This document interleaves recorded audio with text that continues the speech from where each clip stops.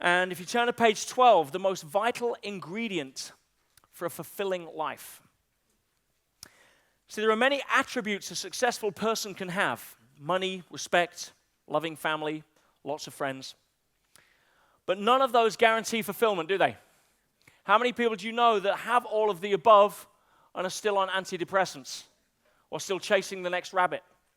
Or, think they've got everything only to find out that, the last trip to the doctor revealed it was stage 4. Many different ways to recontextualize what we think is important. But the only thing that I've found that can really provide a guarantee of fulfillment, and that is gratitude.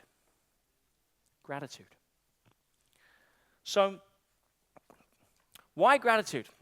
Well, gratitude is not actually an emotion. The feeling of gratitude generates a different electromagnetic signature to almost any other human emotion other than unconditional love. And while I could talk about unconditional love, the challenge is most of us don't have enough references for unconditional love to have easy access to it. Whereas gratitude is different. That's why I focus on it. So gratitude is great, but most people, unfortunately, when they wake up in the morning, it's not the first thing that they tune into. Is this gentleman here? Yeah, so what was your name again, sir? Jeffy.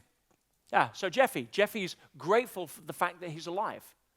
Has a very nice, easy way to access joy there. Because his rules for accessing joy aren't, I want to be grateful for alive and have $20 million in the bank. And fill in X, Y, Z. So gratitude is something that I want to teach you an easier way to access. And it's literally, again, all about shifting context. And to do that, I want to use the metaphor of a game of cards. Other than our dear friend over there, who else plays poker? And I'm not playing with you. Who else knows poker or understands it or has heard of it? Okay, so poker, very simple game.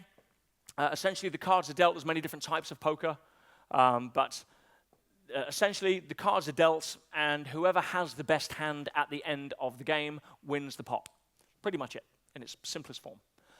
So I want to play a game of poker with you, if you'll permit me, and just allow you to start to understand where and how we can find gratitude in a place where most people don't think to look.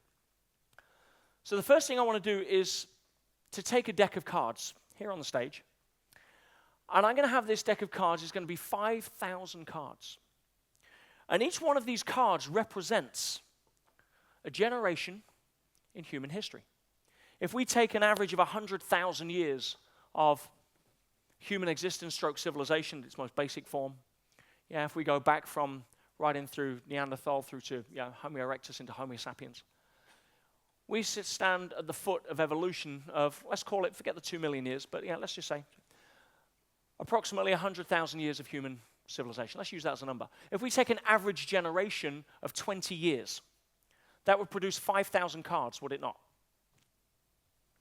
So out of those cards, which generation are we living at right now? Because if you have a think that if you go back 3,000 years, what would the pharaohs of Egypt given to be able to step on a machine that you could be the other side of the planet in hours safely?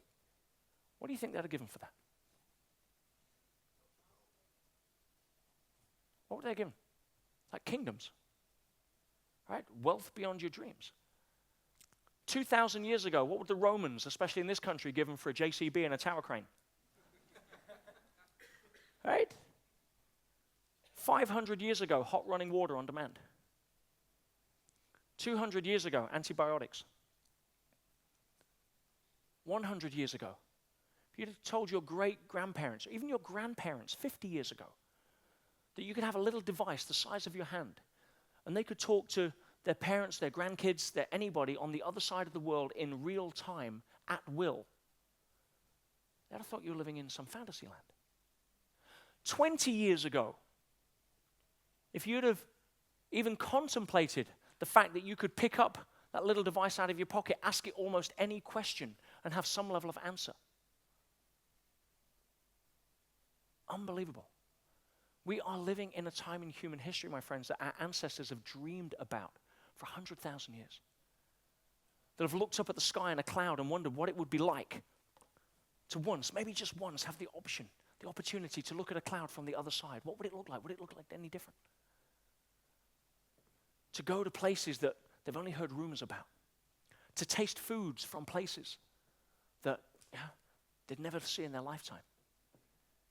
We live right now in a time in history that is unprecedented. To have opportunity 5 years ago to be able to start a business with virtually no money, which I'm going to teach you tomorrow, but be able to have technology at a level where you can have the same benefits for a few dollars a month on an app that would have taken somebody 5 to 10 years ago $100,000 minimum development or $1 million in CapEx. Unbelievable. The time we are in right now, today, is absolutely unprecedented in any kind of human history that was even imagined. Some of us take that for granted. Some of us don't realize that some of our ancestors from 100 years ago were childbirth or less. Childbirth was no certainty. My grandmother died in childbirth giving birth to my mum. Here you have what's meant to be a celebration. Husband and wife having a child, and a few hours later, the husband's lost his wife and has to bring up a child on his own in an economy where that's almost impossible. I mean, just think about that for a second, guys. Make it real. Many of our ancestors died in agony to allow us to be here right now. Now, I've got 5,000 cards on the stage. Does anybody want to take the card that they have and put it back in the deck and shuffle? Anyone? Okay. One person would would throw that out. And the average life expectancy from about 60 years ago was somewhere around about 40. Now, some people have so much pain right now that they may want to do that. Some people have so much curiosity because they're bored with the crap they've got at the minute, they may want to do that. But generally speaking, most people, I'm not imposing that on you, my dear, but I'm just saying most people don't understand that the card they pulled out of the deck, would you call that an ace? Guys? Yeah. Is that an ace? Yeah. You nailed it. 5,000 cards, and what do you get? Boom. You got an ace. Outstanding. I know I'm blessed every time I think of that. I'm born in a time in human history that our ancestors just couldn't even fathom. So I'm happy with that. I'm going to keep that card. Thank you very much. Okay, let's cut the deck. We're going from 5,000 cards, and we're going to cut it down to 210, which, give or take the odd coup or political reshuffle, represents about the same amount of countries in the world. So you could be born at this time in human history, could you not? You could also be born into a country that probably doesn't afford you the opportunity that you currently have.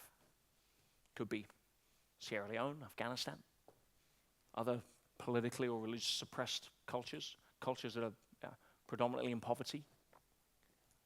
I mean, whatever passport brought you here is probably not a bad passport to have at the end of the day. Otherwise, you probably wouldn't be here.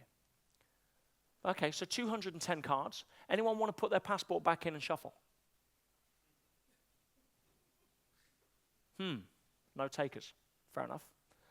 So even though you're born in a time in history, you've also born in a country that gives you lots of different opportunity. Okay, I'll call that an ace, would you? Happy with that? Okay, so you are born at this time in history.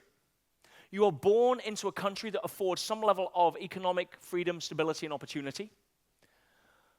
What about health? 5% of people born with some level of physical or mental disability.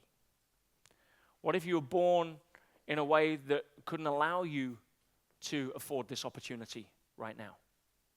What if you weren't able to get here because of that? Anyone want to put their card back in the deck and shuffle? You know? For many people, that's a pretty good ace, would you say? You know?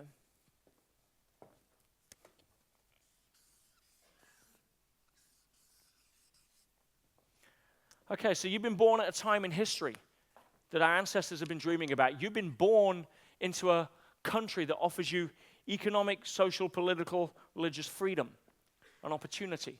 You've been born to a point where you can have health and communicate. What about levels of consciousness or desire? What if you were born and stuck at to me for most of your life? Or what if you had no interest in doing anything other than blame?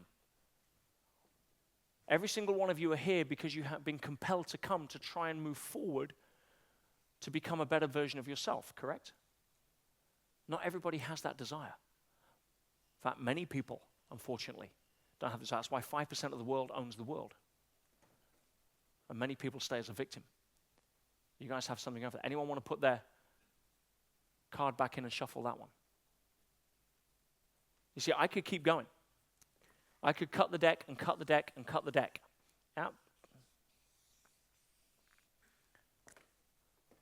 My point being here, guys, is that whenever we get up in the morning, whenever we go to put our feet on the ground, most people are thinking about more what's missing in their life, what they're complaining about, the stuff in the glass isn't the right color, what they've got to do, all the bullshit on their to-do list, rather than get in touch first thing with what cards are in their back pocket already. I mean, we have so much to be grateful for, so much to be thankful for, so much that is the fact that we're here that could so easily and so quickly have gone a different route. There for the grace of God go I, is the phrase.